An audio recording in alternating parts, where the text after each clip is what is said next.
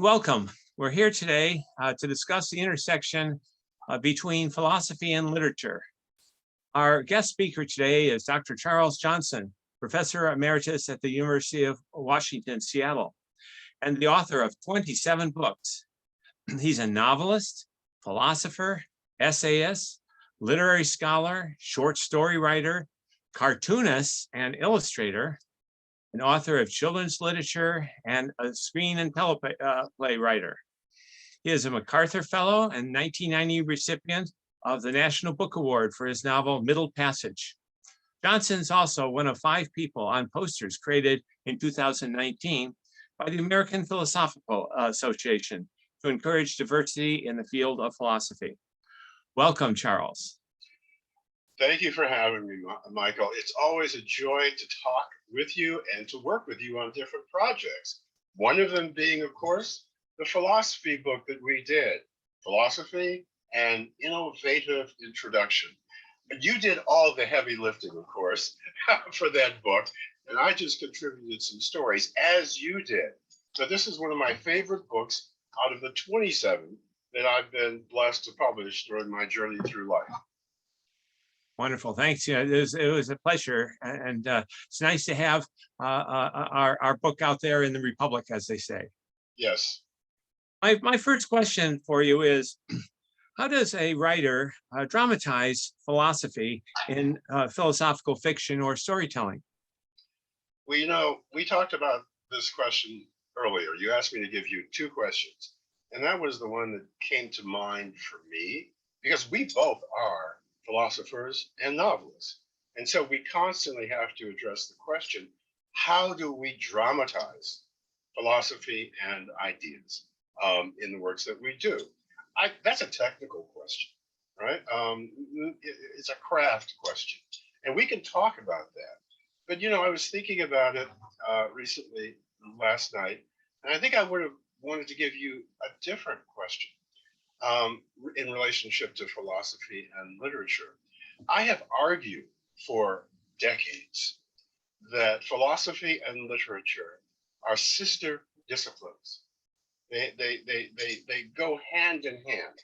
And right now, I'm working on a book, I'm reading a book that I'm going to have to write 6,000 words on, Philosophy and the Art of Writing by Richard Schusterman.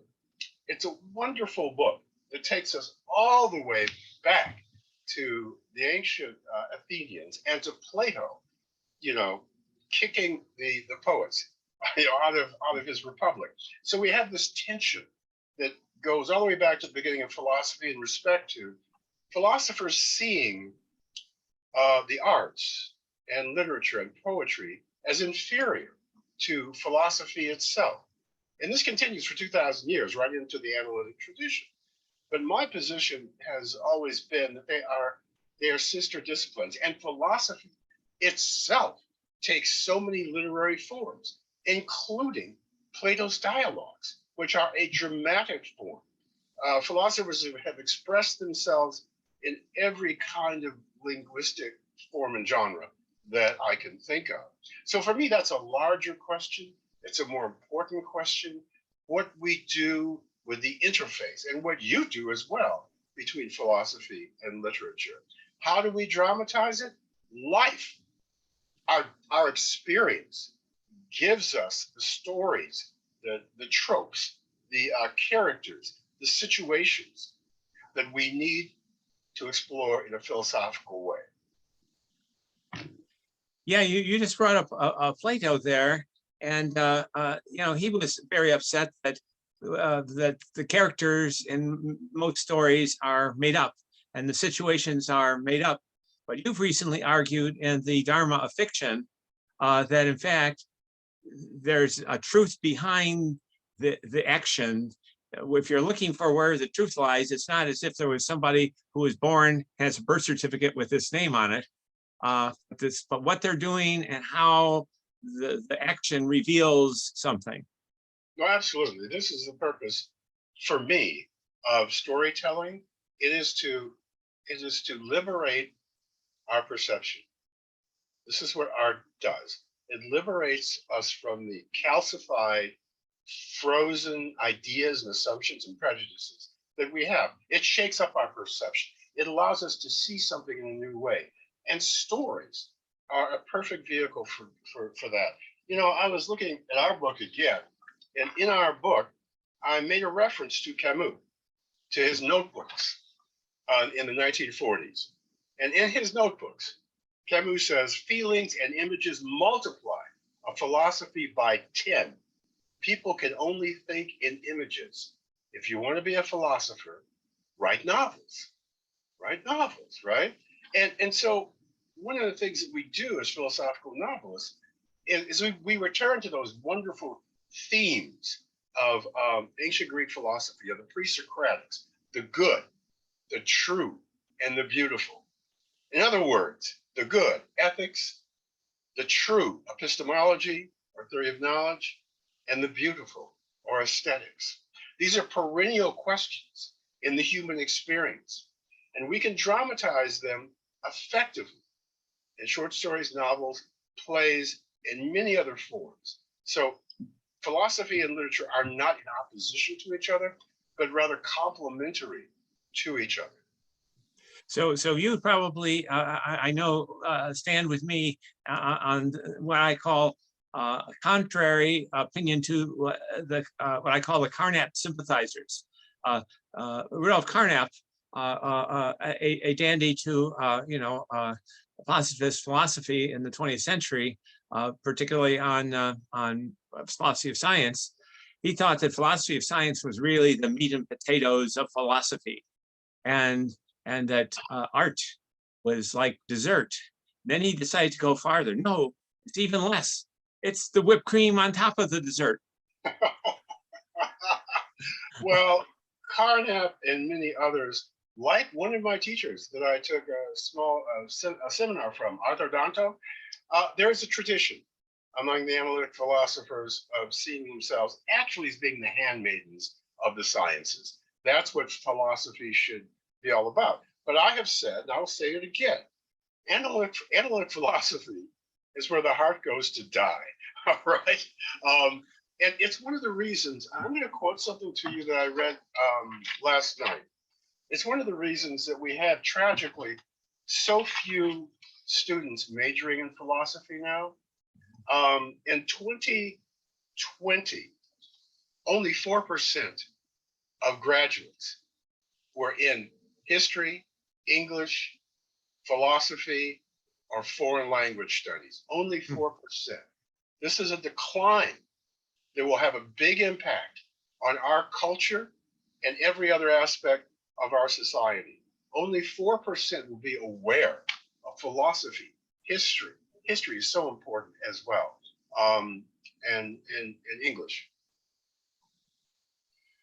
Yeah. Wow. Yes. And it's people with the attitudes of the Carnap sympathizers who are driving us there. I'm afraid so. And we see the result in our political life, in which so few people even understand the philosophical ideas of the Enlightenment that informed the founding fathers when they composed the Declaration of Independence and the Constitution. They have no idea of the intellectual world, atmosphere in which they move and work every day. This is tragedy, and it is having an impact on our culture right now, politically. Mm-hmm. Yeah, and you brought up Camus just a bit ago, and he was always big on authenticity. People really meaning what they're talking about. And there are so many people, I'm sure you had some of your students, and hopefully not too many of them, but would just try to do something because it looked like that they could make it symmetrical and get it done. But they didn't really feel authentically tied to it. And so if someone said, would you go out to the barricades and march on that? They say, no, I want to have my Earl Grey tea or something. Yeah, I know. And so this takes us back to the spirit of philosophy again. One of the things that Schusterman is arguing in philosophy and the art of writing is that implicit in the philosophical enterprise are certain, well, is the desire to lead a certain kind of life. In other words, to raise questions about, and these are some of the questions. How should I live my life? What is justice? What do we owe ourselves? What do we owe others? Is democracy the best way of life? What is love? Those are perennial questions. So philosophy, essentially, being a philosopher is a way of life. It's a way of being in the world, committed, 100% to to the truth, but also to goodness, truth, and beauty. Yeah, and we think about these, as you bring them up, these perennial questions that philosophical fiction returns to. You recently, wrote about people are kind of like hypocritical, the emperor with no clothes, and that's certainly one. Well, that piece uh, is in the new issue of Lion's Roar that just came out, and they asked people to choose a story that has Buddhist wisdom, but was not, influenced by Buddhism. So I thought of The Emperor's New Clothes, because what that is about is groupthink. It's about not believing your own senses because you're afraid to speak out and tell the truth because you'll be socially ostracized, or you might feel shame if you don't go along with the group. The philosopher is always that little child in the story of the Emperor's New Clothes, the one who said, wait a minute, look more closely. The emperor is naked. Yes. He's not wearing any clothes after all. That's why people don't like philosophers, why they make, Socrates drink hemlock, or because we always speak up, and we sometimes are not going along with, the general crowd. Yeah, and I, whenever we bring up Socrates in my classes, I try to emphasize also that that's not limited to Socrates. When the first democratically elected president of Chile was knocked out in a coup, one of the first things he wanted is a list of people who are teaching at the state universities in Chile who are philosophers, and he gave him 6 months to get out. And Really? yeah, and I was down there giving some talks a few years ago, and the person who was invited me, his father was good friends of someone who was tortured to death in prison, and 35 years teaching philosophy. Just what you're saying is that they're not doing the calculation of cost benefit. They're saying what they think is true, and because they're authentic, they're wedded to it, and that can be a dangerous proposition. Absolutely. Socrates was so devoted to the truth that he was willing to die for it. He could have escaped and not joined. His students could have helped him escape, but he did not leave. This is the kind of ideal, I think, that has animated the humanities for 2,000 years. The devotion to truth at all costs. Yeah, and when I teach Dreamer, your book Dreamer, you find that out from Dr. King. He was also even when Coretta wants to say, "Hey, come on home. We all love you. Can't you, do a little more family stuff instead of looking after the human nature and the humankind in America and around the world?" And it's difficult when you meet somebody or read somebody like that, and today sometimes our students actually have a hard time actually processing. Was this actually happen? Yes. I've read about this, but surely this person didn't do all that. Thank you for sharing Dreamer with your students.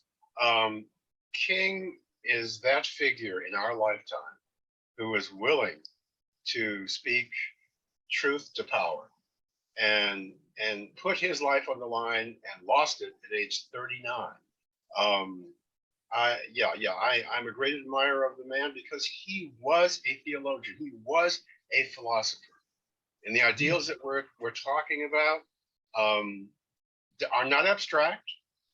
They are rooted in our daily experience.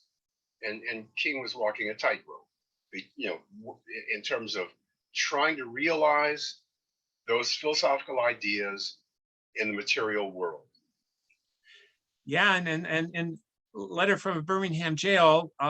A lot of students, at least a lot of my students, sometimes just like to, again, just like to talk about it and write about, here's the pros, here's the cons. And, the idea, if you're not, the moderate people who are just saying, oh, that's nice. I'm for you, but I'm not going to march with you. I'm not going to do anything. If you're not part of a solution, you are part of the problem. And that is a gripping truth. I think it's so important that our students understand the letter from a Birmingham jail, which he wrote without any resource material. He initially wrote it on toilet paper in the jail and then on a pad given to him, by his colleagues. And it is one of the great documents, is it not, in American political history. One of the things, see, we've been educators all our lives. We've been teachers all our lives. But one of the things that I've noticed is as the generations unfold, a new generation every 20 years, is there is an ignorance of the past. And you can't blame our students because they weren't born then. And they look back and these figures, from the 60s, for example, whether it's King or whether it's Malcolm X or JFK, they don't know them. And so our job has always been to introduce them to and make these figures and that history and make them feel it somehow in the depths of their being. And unfortunately, there's a small cadre of politicians who want to say, and if you do that and they feel uncomfortable, we want your job. Yes, I know. This is working against civilization, okay? No, it is an appeal to ignorance.